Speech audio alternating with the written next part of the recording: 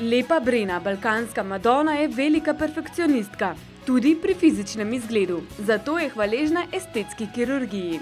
Mislim da je estetska hirurgija nešto što više nije tabu, nikakva tema. Sve je to, da vam kažem, postalo toliko javno i postalo toliko transparentno da ne znam zašto se uopšte pravi ta frka oko toga. Fahreta, ki pri svojih 54 letih izgleda bolje od žensk v 20, pri lepotnih operacijah zagovarja zdravo mero razuma.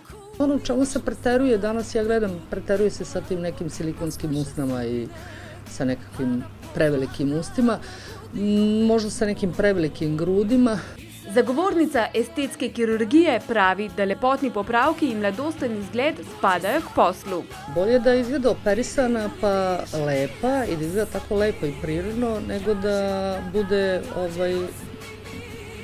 sa nekakvim groznim, nekakvim nedostacima. Brena pa ima odličen nasvet za tiste, ki v gledalu ne želite videti svojih gubic.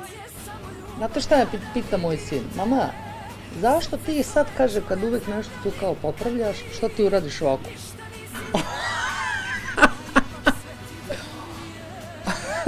Ja kažem, znaš šta, kad uradiš tako, nestanu bore.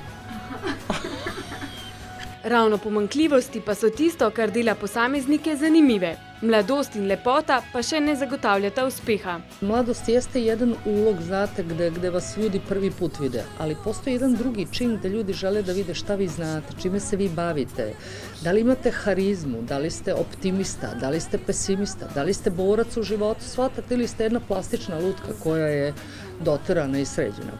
Kako je, ko na oder stopi največja legenda nekdanje Jugoslavije, bomo izvedeli 12. aprila v Ljubljani.